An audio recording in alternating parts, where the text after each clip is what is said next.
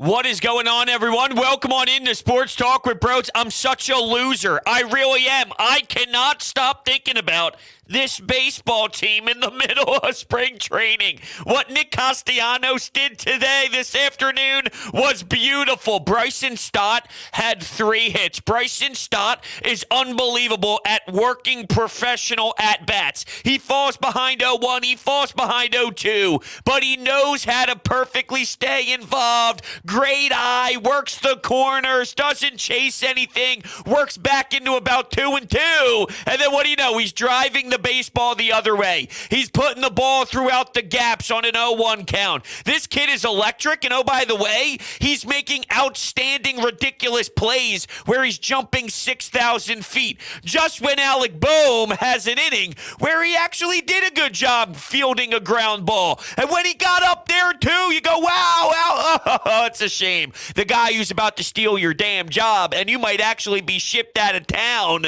because of how great Bryson Stott is doing right now. That kid, yeah, he matched what you did and even added more by showing you what he's capable of doing with the bat in his hand. This kid just looks comfortable and poised, and he looks to be a stud. I'm all about it right now. Now, I understand. Bros, calm down. How many times have you been fooled before about a prospect? You're right, but what was my message all along? I just know that we are in a different era of Phillies baseball when Dave Dombrowski is at the helm, and he knows the game, and he makes decisions because he has been around the block, and he has built organizations before. Detroit, the Boston Red, he didn't build the Boston Red Sox. That was more of a, okay, go plug and play and bang, what do you know? But the idea behind it is Dave Dombrowski knows how to do it in many different ways. He's not just a one skill set type of guy. He's a baseball guy, and that's why you're going to see this organization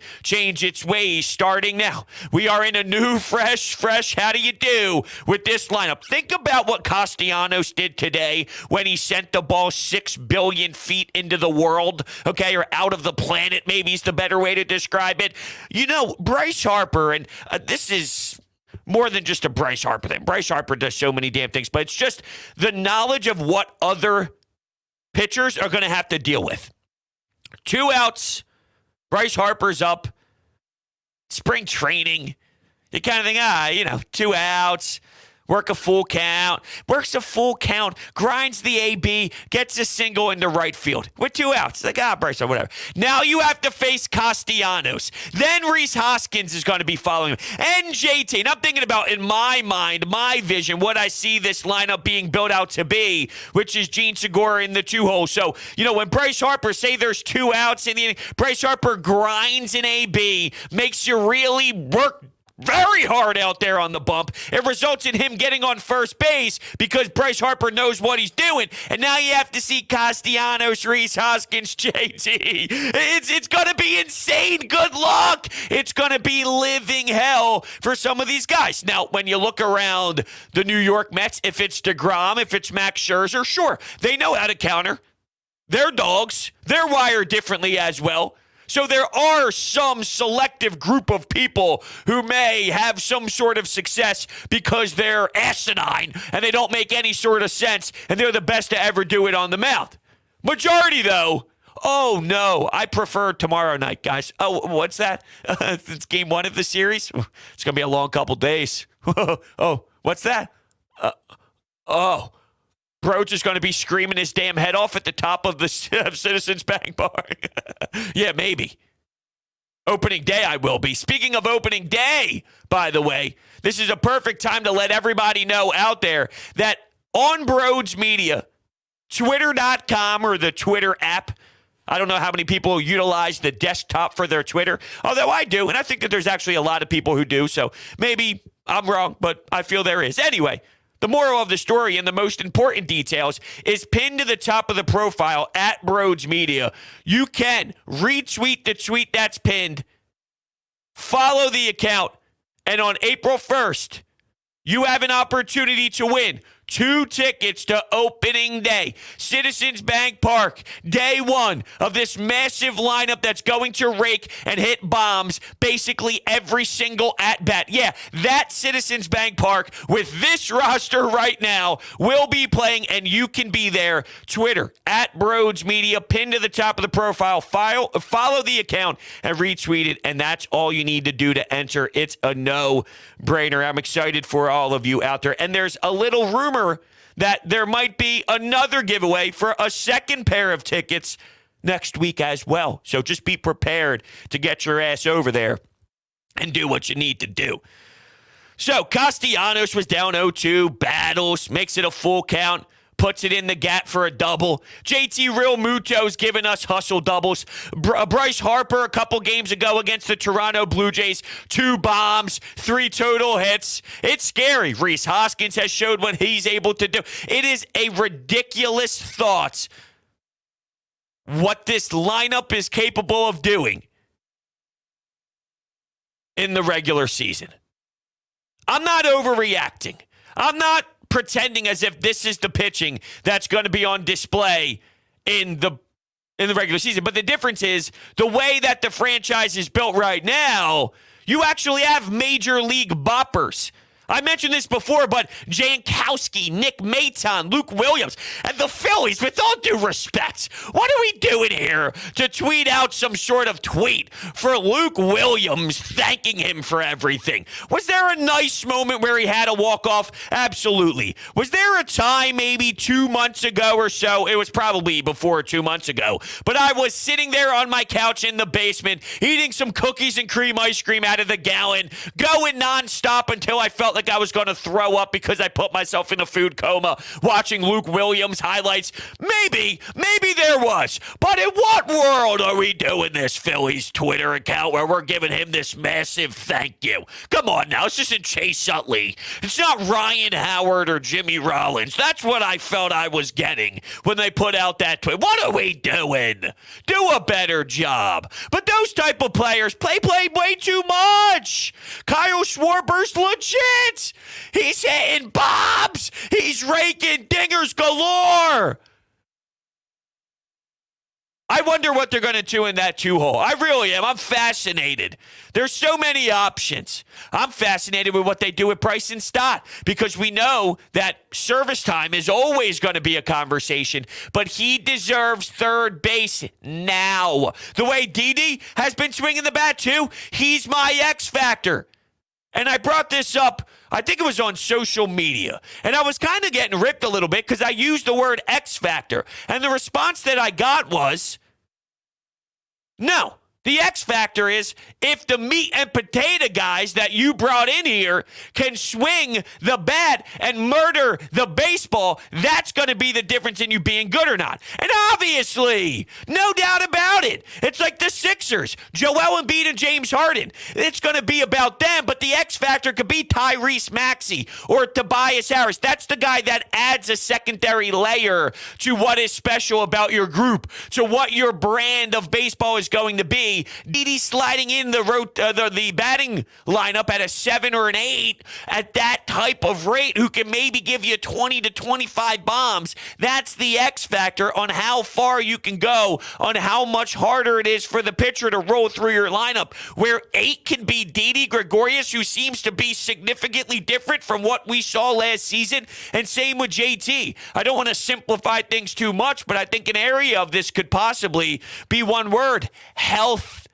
Now that they're actually 100%. Now, I didn't like the way that Didi went about it last year, talking about the vaccine was the reason why he couldn't play the game and the side effects of the vaccine. I know a lot of guys in baseball who ended up taking it and being just fine. Didi, I think you just lost it a little bit last year. I think you just weren't good. I think you had a down season. Majority of major leaguers, if not every major leaguer, you can look at the back of the baseball card and see a season that sticks out as a sore thumb, as if it's way worse than every other season that you have. especially when you get older. That's the nature of the beast. Let's see if you can perform and bounce back. Instead of blaming vaccine, this, that. No, how about focus on your game, get back to being healthy, get back to seeing the ball properly. And right now, it seems like he's in rhythm. He's in groove. Basically, everyone. I can even throw Camargo. We can point out to Mickey Moniak. How long have I crushed Mickey Moniak? Well, let's be realistic. We started this in 2017 or so.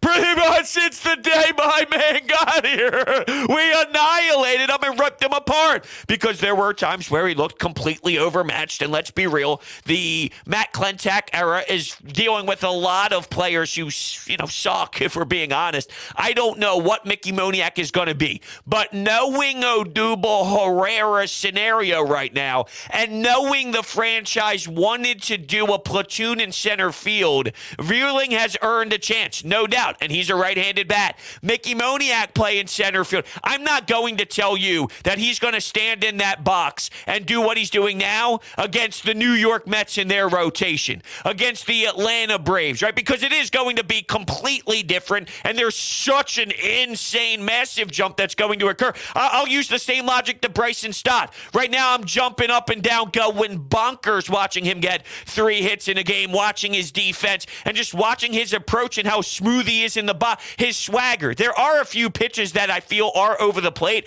that he lets go and gets by him, but that's part of, it seems, the Bryson Stott experience as he figures out what's going on in that current at-bat at the time. But even there are some pitches when it's 0-1 or 0-2 and he works it to 1-2. There's a pitch I feel over the middle of the plate that he should drive and he just fouls it back. Maybe he's anticipating a fastball. It's an off-speed pitch. Timing's off. But it's like, God damn, that was one where you could really set that on fire and rope it down whatever line. Maybe you go to the opposite side if that's what it's, allowing you to do. We saw that in today's game. Fighting off pitches, battling off pitches, goes to that third base side. All right. Use all of the field. I love it. So there are times like, I could have had that one. But then he earns a walk anyway. Bases loaded. You can definitely be insanely aggressive, maybe too much. You want to drive the baseball so badly, you get out of your comfort zone. But against Toronto, he earns a walk with bases loaded. I value that little stuff. Think about being a younger kid. You're in the bigs. You're getting a chance. You know your name is somewhat being surfaced within a real opportunity to start at third base when the season begins on opening day. And what's going on?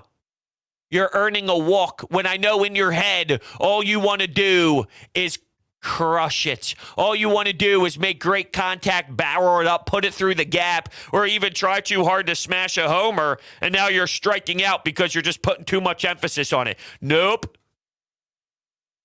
Now, there was a point I was making before I got to the Bryson Stott thing, and there's no way in hell I'm going to remember. This is bad job by me. This is bad. Bad. There was a point I was making before the Bryson Stott one about him missing spots over them. Mickey Moniak. I'm willing to give Mickey Moniak. I feel, just like I said, Matt Vierling has done, even in his limited time last year, and then the start of spring training now. Yeah, we'll see. We'll see what the noise is all about.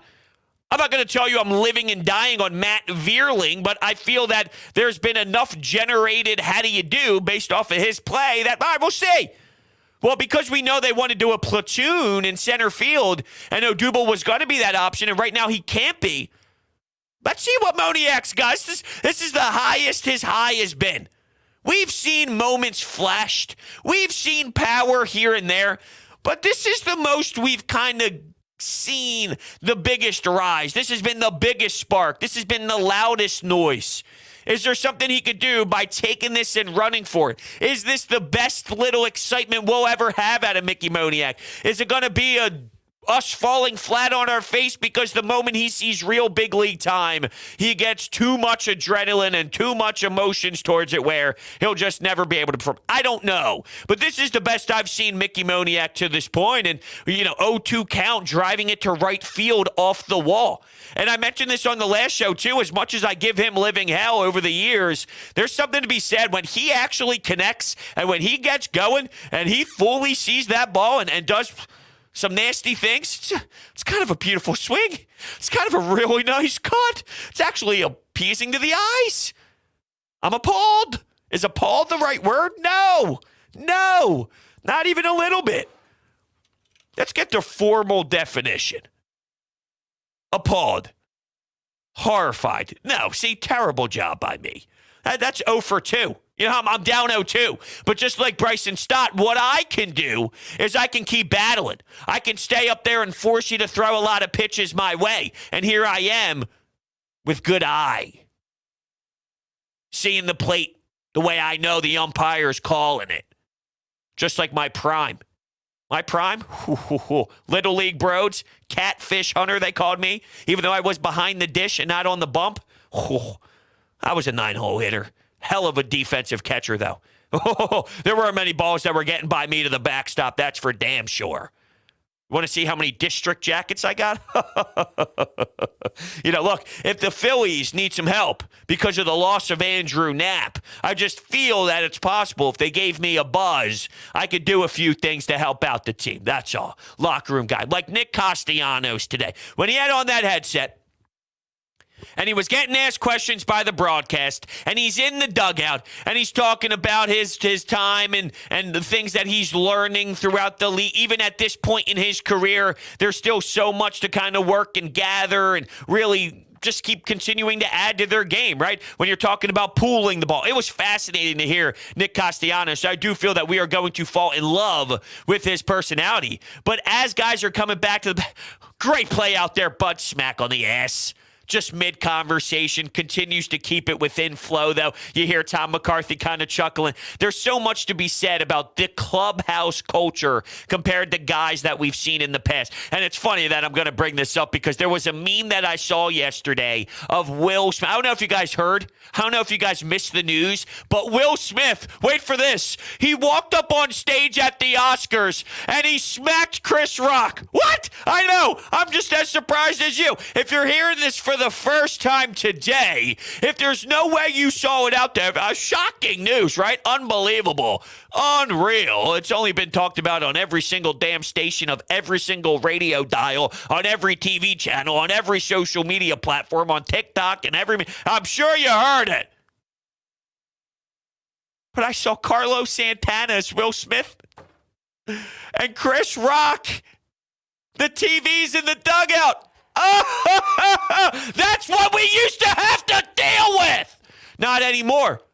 Not that Carlos Santana is not a professional, because in all honesty, I didn't really have that much of a problem with Carlos Santana. It was realistically Gabe Kapler and the way that he was running things, if we're going to be fair. So with Carlos Santana and what we had to deal with, to now Kyle Schwarber, to now Castellanos, to now Bryce Harper coming off of an MVP campaign, now Rhys Hoskins, who we know is very vocal, and he has been a leader of the clubhouse, but now you're working that in with other dudes who know. Kyle Schwarber, for example, knows what October baseball is all about. That's all he plays. That's all he understands is playoff cold baseball. So there is so much to be said that I value with his approach to the game and his demeanor and just his vibe. Not even if he's saying anything, but Kyle Schwarber just being there says something. Nick Castellanos, John Middleton, the buy-in factor, just the professional vibe that we're feeling from guys who just get it at this level. It's no more of the slop that you've been dealing with. It's more, it's ready to go mode. It really is. These guys, they get baseball. And baseball's a very regionalized sport, and I understand that. So there's a lot of Phillies fans out there who focus on the day-to-day, and there's so much that goes on within a baseball season. It's hard to gather the information of all 32, but just to put it in perspective, I feel hockey's the same way. Not all Flyers fans watch Montreal and Winnipeg and all these other teams to really know to justify some of the roster conversations that we have. So when you look at the boppers that you added and how much that means when you now look around the league at what other rosters have, you look around the league. Now, this is different. They're doing it differently compared to, defense, compared to having trust in Kyle Gibson is going to have a tough time if he's looking for some pitches that are going to be, in the infield and needed some guys, unless Didi Gregorius can give you very serviceable defense at shortstop. What is Bryson Stott over at third base, which I feel they are going to do. At this point, Alec Bohm is a lost cause. At this point, I feel Dave Dombrowski is going to pile him up in a trade and see if they can go land a starting pitcher or some help around the squad, because they have their options here. Now, they're not just going to give him away. And I listened to Jim Salisbury say this yesterday, actually, about Alec Bohm. From people that he trusts, he's hearing that there is some real, legit trade talks with Alec Bohm being the centerpiece of it, and some sources that he definitely puts his trust into heavily. So, Alec Bohm, which I think it's the move. He's lost, and whether he figures it out or not, I think right now and this is something I stressed from the beginning of the offseason. Do you know how much time and effort goes into reworking your offensive game? Every ounce of your awareness when you wake up. Honestly, these guys that have to rebuild their craft and go from crap to good in an MLB season when you're a young one, when you're a veteran, a Didi, for example, while you still have to compete and put in that work ethic in the offseason, it could come maybe easier to that because you go, dude, I've done this. All right, I've been around the block. I've seen all this. I'll be okay. There's more confidence and swag to it compared to when you're a young Alec Bohm. There's not as much of a track record to die on and say, oh, yeah, I've done this all before. Now it's, you're getting a little bit nervous. You're getting a little bit of the shuffle. Your feet are bouncing. That it's sort of like a quarterback in the pocket when they're dancing and they're moving their feet and they're moving all around and they get happy feet. That's sort of what happens when there's so much pressure on you to kind of rebuild your offense. Now factor in that you got zero confidence and zero swagger in your defensive ability. Where is this confidence going to come from? I just don't feel that it will here, knowing how much stress is involved and how much thoughts and talk is in that. Not that it'll change in another city because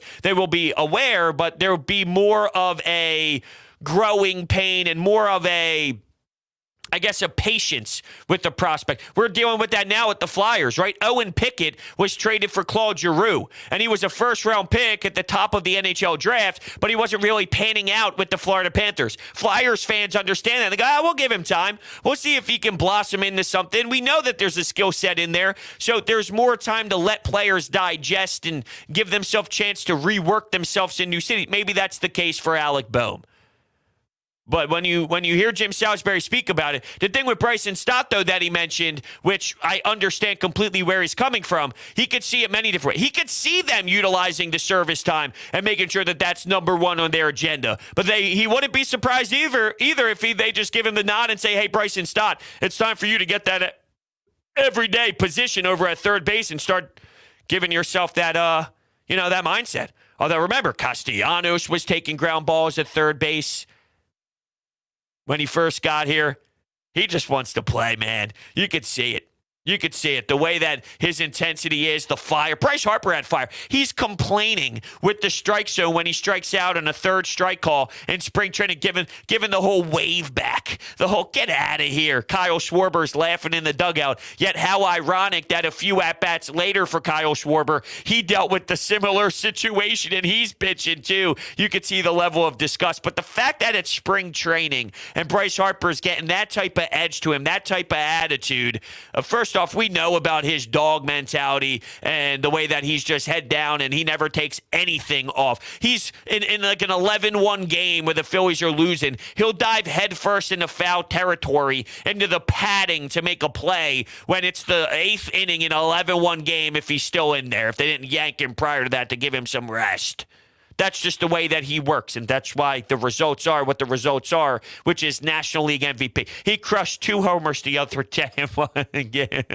I can't wait for this to mean something. I can't wait for these games to actually have some value, and I'm going to be probably unbearable. In a good way, though. In an absolutely fantastic way. I'm going to be unbearable when we talk about Phillies baseball through the 162, breaking these puppies down. I am going to open up the phone lines if anyone's interested to chime in. I did see a donation as well that we will get to in just one moment. But first, let me tell you about WinView. WinView is the nation's leading sports predictor, allowing you to compete in pregame or live contests against other people, not the house. The way this works is it's 1 versus 1, and there's 8 to 10 questions. Whoever answers the questions correctly, more of them, wins the money. So you each put in $20, whoever answers more. So if you only answer 3 correctly, but your opponent only answers 2, and I'll give you some examples of what the questions will be.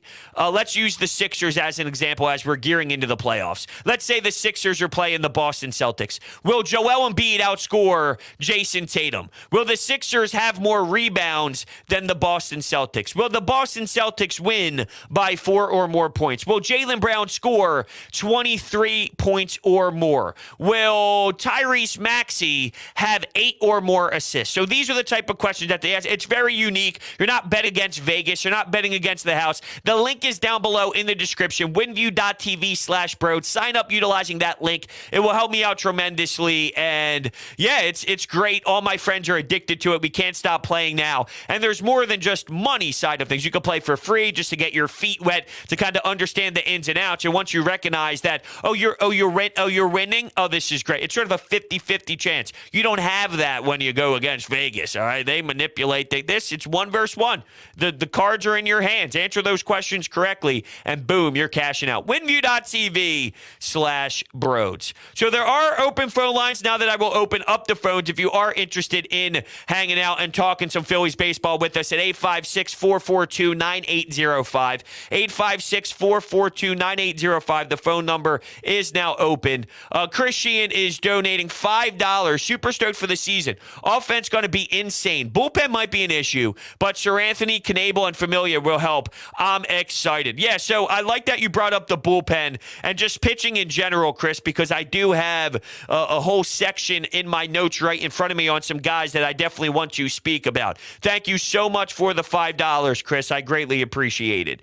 Coonrod injury is just a body. Not telling you that I feel magnificent about Coonrod, and I think he's going to be some player that's going to change everything, but he's a body that I think can be serviceable throughout stretches. Now, looking at his numbers last year, he's definitely someone that can be out of control. He's someone that can have some tough spots. He had a 4.04 ERA. He's just another body, though, to keep thinking about when you think of your bullpen. So Sir Anthony allowed a home run today, but he still looks dominant all around, and I still think that he looks beautiful, honestly, beautiful. If you told me I could have the best case scenario of what Sir Anthony Dominguez looks like body-wise, confidence-wise, velocity-wise, how about actually dotting the baseball and dialing in where you're actually painting the corners, all of it. Sir Anthony Dominguez, the off-speed pitch, electric. This is the way I would ask for it to be in a perfect world, and that's what we're seeing,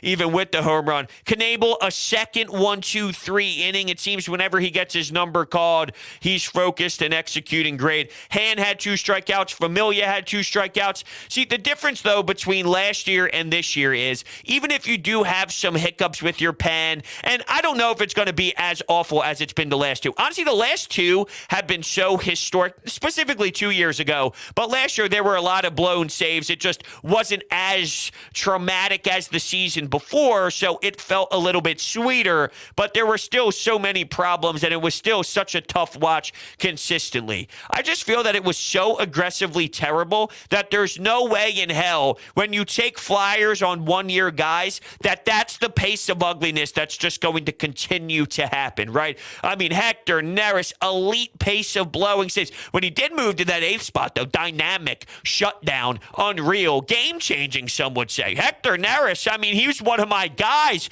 I was a big-time supporter of Hector Neris. He definitely transformed into something unreal, but that's my point, which is, you're taking flyers, and at that point with Hector Neris, you're taking a flyer that he could have success. It was such a low rate of success that you would think that just by accident you would hit on some more of these players. And Brad Hand, prior to last year, was looked at as someone who was definitely a force out of your pen, and let's see if he can just get back and snap back into form. That's the problem with these bullpen pieces. There's no real equation that you can use to see when guys can have their response season, when guys will have it and when they won't. David Robertson, I mean, he went from someone that you can absolutely rely on to all of a sudden, maybe not so much.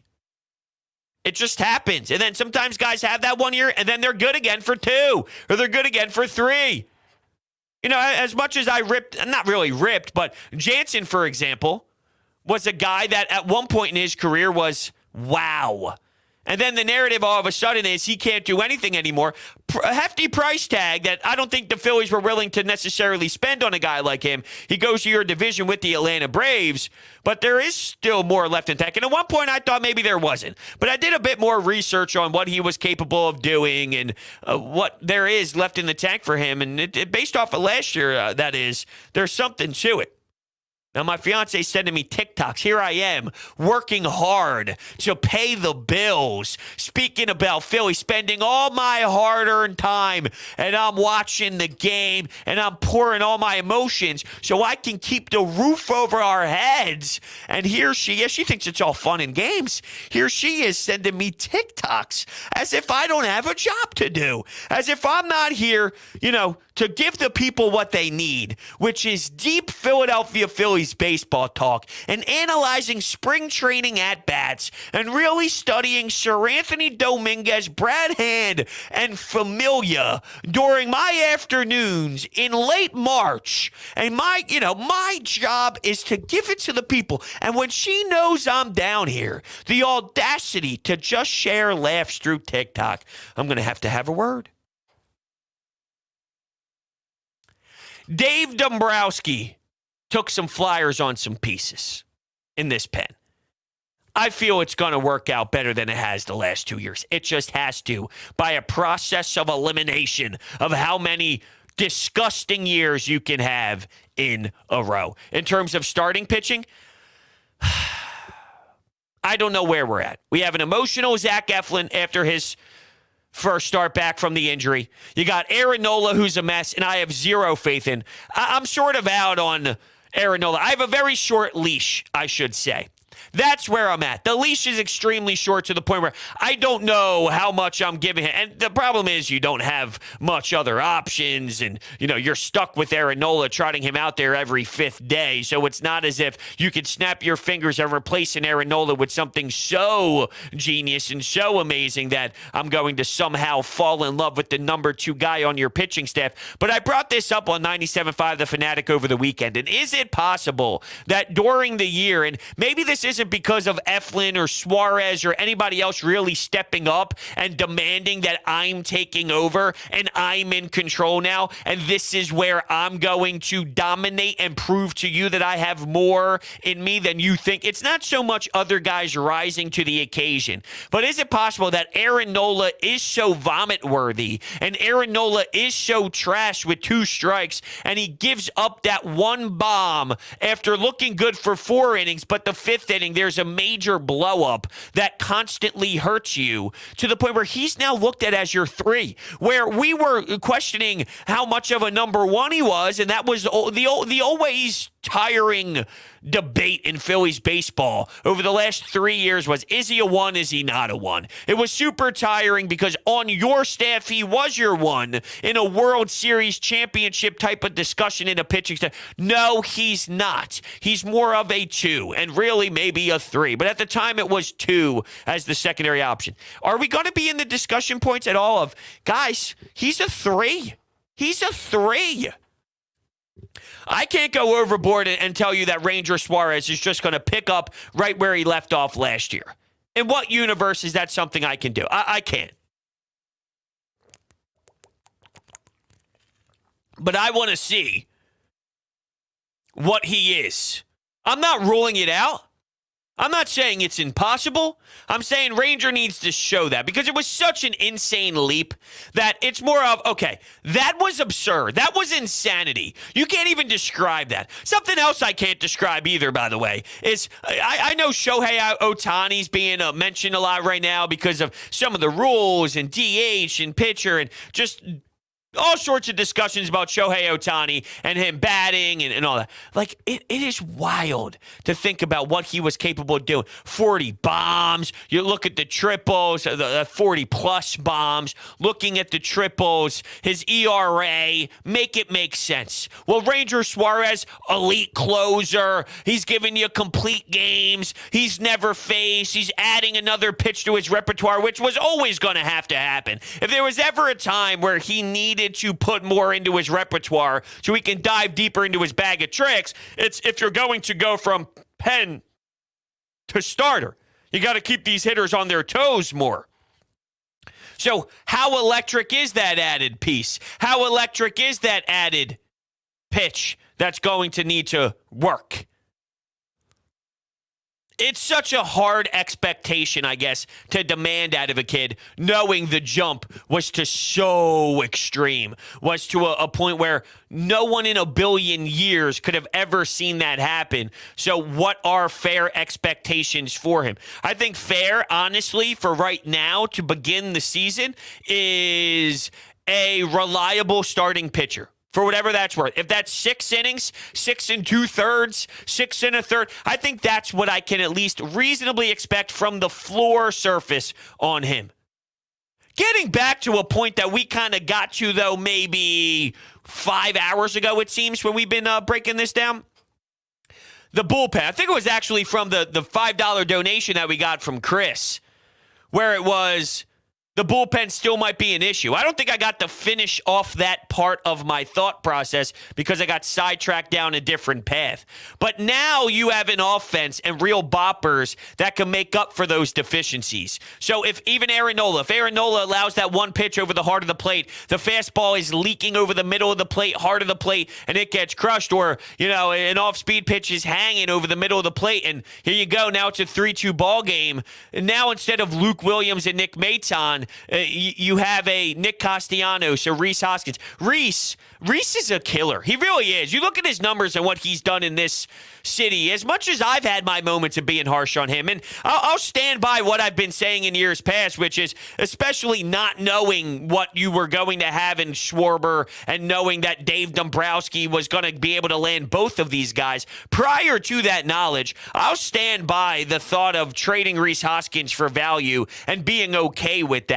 Now that you're built the way that you are and this is your current presence, I want to keep him, and I'm glad that they didn't make that decision. But at the time, if the compensation was fair, I feel it still could have done this franchise a lot of help, and still you could have done damage going down that path too. It's just how do you execute when you go that way? There's not one way to build a team. But anyway, I do feel that maybe he hasn't had all the respect in the world with what he's capable of doing with the bat in his hands. And now that he's still going to be a major part of your damage, there's just no doubt about it. He's going to add such a layer to your depth. And now, though, at 6 or 7, it changes everything. Which it goes back to, at one point, Odubel Herrera and Michael Franco were your guys that you demanded to be middle-of-the-lineup guys. Rhys Hoskins is a very fine and fair middle-of-the-order guy. He's a fine four-hitter. He's a fine cleanup guy, and he's someone who pitchers are afraid of, and he can do lethal damage on a lot of different teams, in a lot of different lineups, in a lot of different cities, in a lot of different ballparks. And the fact that you can slot him down to more 5 or 6. Now, we've done this before, right? We've talked about depth in the lineup. And the problem is people got injured, and it changed everything. That's still part of the equation right now. If you have players that can't stay healthy and they can't stay on the field, where that depth very quickly sometimes shifts. If one guy goes down, specifically we've seen the leadoff guy go down before, and Andrew McCutchen, it throws everything out of whack, because now maybe you try Gene Segura, and now you put someone else in the 2-hole. And maybe you have more answers at this point. And let's be realistic. Over 162, guys are going to get hurt. This is professional sports, and players miss time. Now do they have more options where you slot a JT in the 2-hole? Maybe you do move Gene Segura up, even though that's not preferred, and I think he's way more comfortable in the 2 spot. But just to buy some time, if anything is to happen, do you have more of a selective possibility than you did in years past to hold your head above water? One of my biggest takeaways, I guess, of this spring training, and I don't know if it's anything necessarily that they're doing in spring training to make me feel this way. Quite frankly, nothing.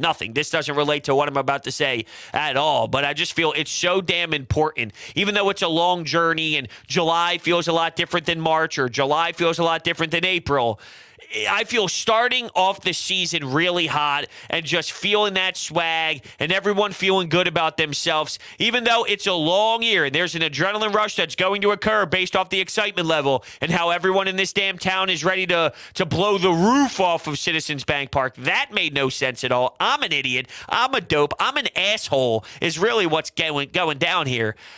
Knowing that there's so much happening and there's so many talking points and there's so much focus occurring on those pinstripes.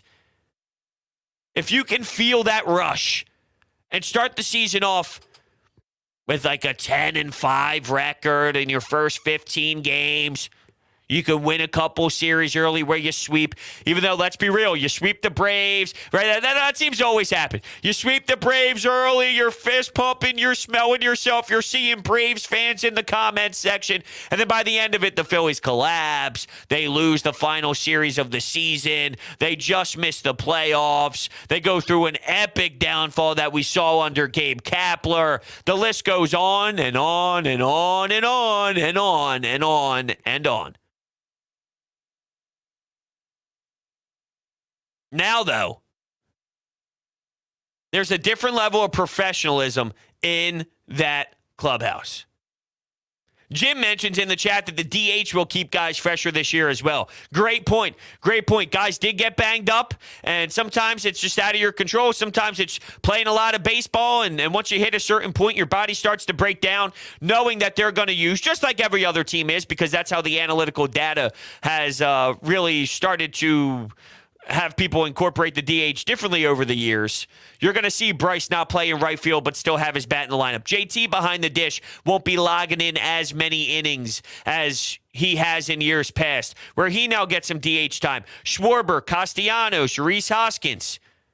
I don't know what the deal is with Alec Bohm to this point, but is there a way to hide his defense and give him a day? Although that would mean, no, I doubt that. I doubt that, because Schwarber, Castellanos, these dudes are always going to be in the lineup, so it would be tough. But, that's just me speaking out loud and saying, are they going to find ways to maybe get Bohm some at-bats? But I feel he's going to be out of here. I think maybe you call up, you think about some starting pitching. Minaya would be a nice name to add through the mix, because I don't know what this starting pitching rotation is going to be. I feel what you have is an average starting rotation. Zach Wheeler did a lot of work last year with those innings, and it seems like that workload is caught up to him. It seems he'll be okay for, maybe not the initial start of the season, but in terms of, getting underway, he's not too far behind, even though he had the flu and then he had some discomfort and he took some time off and he took the very aware approach and making sure that he was cautious with it and didn't force anything. He'll be fine, though. The rotation will be average. The bullpen will be a tick below average. Like, not a tick below average is the way that I'm trying to describe that. That's where I think it'll be. And then the offense will be insanely powerful. And with the expanded playoffs and with an added team to it, if you have an average starting rotation, you have a tick below average bullpen. Although, I don't know, is Seranthony Dominguez, Knable in the back being an 8-9 with Brad Hand and Familia? Connor Brogdon seemed to be getting shelled so far. He doesn't look very filled with I got this right now. Can't wait to see what his next outing is and how that looks. Maybe there's a bit of a bounce back, because he has been getting hit very hard, and the ball has been squared up and tattooed a few times with Brogdon on the bump. But maybe it's better than I'm giving it credit for. I'm just basing it off of what we've been witnessing, and until I see it, I'm not going to go overboard. I'm going to set my expectations at maybe a little below average, so then if it's anything better, I'm pleasantly surprised. But I wouldn't be insanely shocked either if we have an average pen, because with an average pen and an average starting rotation in a high-powered offense, that's playoff mentality. And I'm seeing that we should limit our feelings, that we shouldn't go overboard right now. It's just spring training. No, I think even with the defensive problems, even with what you want to say about the bullpen, you see what they can do. Like, they are murdering balls out of the ballpark all over the damn map. This isn't the same as seeing top-tier echelon starting rotation guys. Nobody's denying that. All right, Mickey Moniak in an 8th, 9th inning of spring training today on an 0-2 count. These aren't the dudes that you're going to be seeing in Major League Baseball on the mound at that time. I think we're fully aware of that. But still, these players that we're discussing in this team, we're talking about guys that have done it throughout their career for a long period. They have the support system of, wait, what? You're questioning my ability? Go look at the damage I've done. Go look at what I've been able to do. And, yeah, I mean, they've done it. They've done it. That's the difference. They have the track record of proving to you, look at my statistics. It's going to be a scary sight for pitchers. Let's go to the phones and bring in a caller. Hello, you're on Broads Media. Hello? Hello. Hi. So I'm a Phillies fan, and I would just like to say that, I think the Mets don't really have anything on us, and I actually think that there's a good argument that Didi Gregorius is better than Lindor. What's your take on that? Yeah, I think that's obnoxious. I think that's obnoxious. I know Francisco Lindor had a bad season and all, but if you told me I could have Francisco Lindor or Didi Gregorius, I don't think that I'm even blinking twice before I answer that question. I know Francisco Lindor had a tough spot. I really do. I know that it had some ugly moments, and the New York media gave him and Javier Baez all sorts of crap, and they were talking their smack, and, it got crazy where they're booing their fans, and it was a mess. But no, Francisco Lindor is a franchise-building type of piece, and Didi Gregorius at this time in his career he's more than just a guy, but he's sort of just a guy at the same time as well, who can be an X factor and give you 20 or so. We don't build around Didi Gregorius. He's a nice added, but he's why I'm using it as an X factor. He's a guy that can, if you have firepower and you add him deep into your roster, it can put you in this another level, but he's not anything where if he's in a top end of your lineup, if he's in a 3 or 4 hole and he's more of something that you're relying on consistently, no, you can do that with Francisco Lindor still. I believe that. In terms of the Mets, I have no idea what they're going to be. They spent a lot of money to pick up a lot of players, but it doesn't seem like there's an approach with the spending money. It seems like they're just spending cash, which maybe that works out. Maybe that is enough. But the Dodgers spend cash, but they know how to spend it. And I guess, look, they're grabbing all the biggest names in the world. They're bringing in Freddie Freeman. They make a move for Trey Turner. Justin Turner's always going to be there. Obviously, it just seems like that's what he is. He's a Dodger. But they bring in all these guys, but there's something to be said about utilizing the Tampa Bay Rays and picking off their brains and moving that to the offices, the front offices, and the managerial side of things with the Dodgers. And now, what do you know? It seems to all be working out. Just spending money, while it may pan out and it may end up working, doesn't seem there's structure involved. It just seems here's a lot of checks and we'll just see. Where with Dave Dombrowski, even though the Phillies are spending money and going into luxury tax, there is a thought process behind it. And he built a team the same exact way in Detroit, and it had a lot of success, which is a bad defense. Not that they wanted to be a bad defense, but having to go down a certain road based off the way Matt Klentak built things and the way he left things. This was the best way to go about it based off of where he took over because of how bad Andy McPhail and Matt Klentak were as a duo. Spend a lot of money hitting, get a lot of guys who can rake, win with your offense, and have your pitching keep your head above what? Keep you in game. Can you keep our offense in games? Imagine if that was your threshold as starting pitching. Now, guys like Zach Wheeler have a different mentality, and they're still going to mow people down left and right, and you're going to see that slider, and you're probably going to drop and black out because you just can't even believe how lethal that slider is, and he's just going to be all over the map. The fastball, electric. You're going to see it all out of Zach Wheeler still. But as a staff and as a whole unit, if your identity as a pitching staff is keep your offense in it, Oh, baby. When your offense can give you 7, 8 runs on any given night, that's a good position to be in. There is an identity and a thought process within building this roster. Is there with the Mets, or is it just compile a bunch of guys that are worth a lot of money? And a lot of these guys do have some stuff. Max Scherzer can still pitch. You can bitch and complain and I guess really chirp the Mets is probably a better way to describe it. That Max Scherzer is old. I would want Max Scherzer on my team any day of the week right now. Max Scherzer is going to probably fuck this lineup up at times. It's just inevitable. Now, the Phillies will probably get theirs too, but I'm sure Max Scherzer is going to annihilate this lineup. It's going to get scary, and it's going to get tough when it's second, third time, and now they're getting a little bit more accustomed to it. But Max Scherzer is still an alpha, and Max Scherzer is still a lethal weapon. So they do have some guys that can play. Starling Marte, that was a good pickup. And as you saw, this team needs help at center field. So we think at least. Maybe guys like Veerling and others step up. And maybe it wasn't as bad going to the Mets as we thought because the Phillies were able to really establish something that they find exciting in center field. Is there a plan, though, with the Mets? Or is it just a bunch in a box? And let's hope that that box ends up being something that is special if you're Mets fans, and that's their thought process. We'll see. Let's go to Amadeo on the Anytime Hotline. What's up, Amadeo? Is it me, or does it feel like opening day is like 50 years away? It's too long. I just want it now. I want baseball, well, not baseball back. I want opening day now. Opening day needs to come sooner, yeah. Although, I'm with you. It seems like it's far, but it's super close at the same time. All I know is things come up super quickly. So before you know it, it'll be here. We'll be in that stadium going bonkers. Yes, I can't wait. Got my opening day tickets. I can't wait for Castellanos to hit a first pitch bomb on opening day. I'm calling it. Castellanos hits the first home run at Citizens Bank Park this year, and the fans are going to go crazy. So crazy. This is where I'm a little disappointed in you.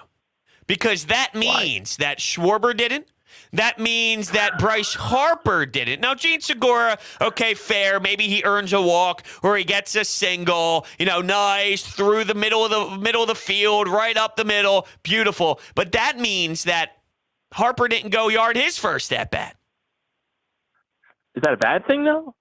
I don't know. It depends on how professional it looks. It depends on what we get. Do we get a strike three looking on the corner? Ooh, bad call. Do we get a nice AB where, just like what happened today, there's 2 outs. So let's say Schwarber and Gene Segura end up getting out. Now, Bryce Harper's at the plate. He's at the dish. He falls behind the count. Let's say it's 0-1. But then he gets a greasy, grindy, meat and potatoes type of at bat, and he works a walk after 9 pitches. And now Castellanos comes up and on the first pitch swinging, puts one over the left field wall and maybe even almost hits the damn scoreboard. All right, now that Bryce Harper at bat, it raises a little bit more intensity because that's the tough moments and the tough grind that pitchers are going to constantly have to battle through, and I don't want any part of that if I'm on the other side. That's for damn sure. That is for damn sure. Let's go back to the phones and take on another call. Good evening. You're on Broads Media, man. Yo, what's up, Broads? How you doing, man? I'm doing well. How are you doing? Doing well, man. I'll tell you right now. The other guy talking about Castellanos, first home run of the year. I'm with you, man. I think Kyle Schwarber, depending on who's pitching for the A's, if it's a righty, man, he's gonna hit a double deck bomb to right field, and it's just gonna annihilate this. I think the first game, this team is gonna be so pumped because of the off season, especially the fans are gonna be loud as hell. I think this team's gonna put over 10 runs on the board. I think they're gonna mow the A's no matter which one of their 2 guys is pitching, if they're even there. But I'll tell you, man, I think there's gonna be 3 home runs that game by all those boys, and I think they're just gonna mop the freaking A's. That Like would to be think they are. outstanding. Thank you for the call. That would be outstanding if there was a homer by Harper, homer by Castellanos, and Schwarber. As much as if first pitch swinging for Castellanos in the 4-hole was what was going to be a bomb, yeah, that would be a great scenario laid out there, and that would be probably a great way to draw things up. But I do feel, because it would be lead off, although you'd be in the field first, it would be the bottom half of an inning. If Schwarber stepped up to the plate and his first AB, he took it to a second deck homer, that would probably be better. I think Castellanos would be more exciting than a Harper one, only because Harper has been here and Castellanos is the new addition. Although, could you imagine if Harper sent one that way as well? It really doesn't matter. What am I saying here? I'm trying to debate which one would set Citizens Bank Park more insanely than the other. And the answer, I guess, at the end of the day is every single one of them would bring it to a level that we probably can't even think about right now and process in our minds, if we're being fair. We'll continue the rapid fire going, though, on the phone calls. Hello, you're on the air. Hello. Hi, can you hear me? Yes, I hear you. What's up, man? I'm excited for the see. I love the Castellanos signing. He's gonna be amazing. Absolutely. I don't think anyone in the world can be disappointed with what they did this offseason and bringing in these boppers. Like, who cares about defense when you're gonna be hitting bombs? I agree. Look, there's going to be frustrating times. Don't get me wrong. There's going to be a game that we lose because of defense. More than one, to be fair. There's going to be situations where our leaky bullpen now has to get 4 or 5 outs in an inning because there's mistakes being made, but that's the price you pay. As much as your defense will maybe lose you a few games here and there, your offense is going to win you a lot more, and your pros will definitely outweigh your cons. We have a good. I like Segura. We have a good mix of a lineup. Only one I like Bohm to bounce back, maybe. I don't think we're going to see Bohm in this. I really don't think, and thanks for the call, man. I really don't think we're going to get Bohm in this system here. I don't see him being a future of where the Phillies are going. I think Stott's taking it. And I think Didi right now is going to be your shortstop. And I just don't know if Alec Bohm looks more lost now than he did last year. Think about that. And maybe I'm being a little bit too harsh and I'm critiquing it too much, but he looks exactly the same as he did last year. I'm sorry, but if you can trade Alec Bohm and maybe salvage some sort of potential that he has at another organization, I would do it if I'm Dave Dombrowski. If you can add a veteran savvy arm to the starting rotation, which can add some depth and just give you more, not versatility, but just more bodies that you can rely on. I feel right now Aaron Nola is not a reliable pitcher. I don't know what Ranger Suarez is, but I have more confidence in him than Aaron Nola. Kyle Gibson is your 5th guy. He's just standard. But Zach Eflin has a track record of giving you success when he's healthy, but he does fall apart and he does break down, and I don't know if he's someone that over 162, I could put my full heart out there and say Zach Eflin's definitely going to be there by October. I'm sorry, it's not something I'd put my money down on. So if you can find someone who is more of a veteran presence to put in this staff too, sign me up if it costs me Alec Bohm. I just don't think that he's going to be able to turn it around here, and I don't think that that's a knee-jerk reaction. I don't think that that's a quick decision, because I'm sure that there's some thinking out there, Broads, you ripped Moniak for how long, and now you feel better about him? Give Alec Bohm time, and I do feel that there's a difference, because Mickey Moniak, who definitely looked overmatched in every part he's ever been when it comes to being called up, and maybe you can definitely be critical of the way that they handled him, sending him up, sending him down, sending him up, sending him down. They put him in positions to fail, maybe. I know that was a hot topic and a hot discussion at the time of Mickey Moniak call-ups. He was 18, 19, 20. He was super young. Alec Bohm went the college route. Alec Bohm is the older route. At this point, Alec Bohm is what? 25. He'll be 26 this year. While Mickey Moniak, all these years of us complaining, and reasonably so, let me be fair, reasonably so, he looked that overpowered. 18, 19, 20. Big difference from being 25 turning 26. I don't think Bohm was part of the plan. I really don't. Back to the phones we go. Hello, how are you? Hello.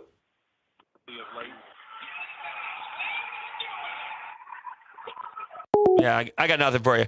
It seemed like maybe someone was trying to do a call, but I don't know if that call was a Nick Castellanos call, a Bryce Harper home run call. I don't know exactly what that was. So unfortunately, we couldn't hear it, and who knows? Maybe it was someone trolling who was going to say something stupid as a whole.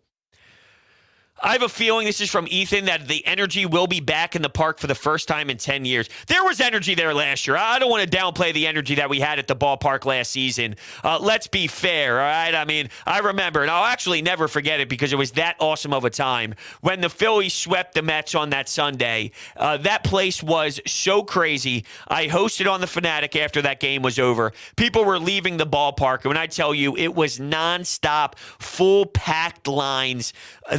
Like I'm telling you, the phone lines, that is. I'm sure the lines getting out of Citizens Bank Park were crazy too. But the phone lines on a Sunday afternoon, you can imagine, it's not the same as 2 to 6 when Mikey misses on the air. So that's how it goes. And it was after the game was over. It was incredible. It's probably one of my favorite shows that I've had. And, I've had some chances to host after Eagles games on Sunday, which they're fun. Don't get me wrong. You get that instant reaction Sunday after an Eagles game. Lots of highs, lots of lows. That's incredible too. But there was something that will always sit with me because that was the first time really Phillies baseball felt that relevant. And I had a chance to feel the noise of the people leaving the ballpark in the moment.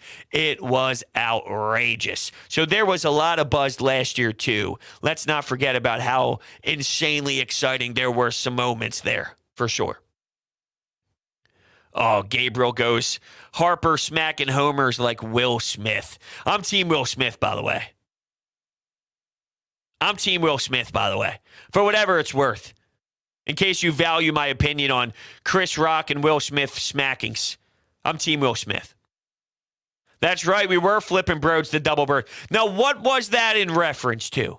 Flip Broads the double bird. Oh, I didn't believe in Reese. Reese Hoskins was definitely one of them, right? I think I was like, trade Reese at the deadline, trade some guys. I know Reese Hoskins was a name.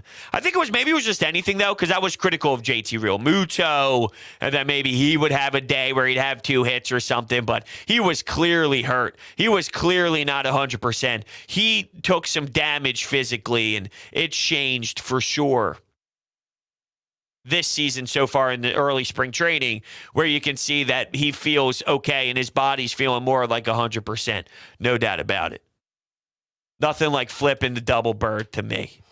Amazing. I'm all about it. Maybe we bring that back. I don't know.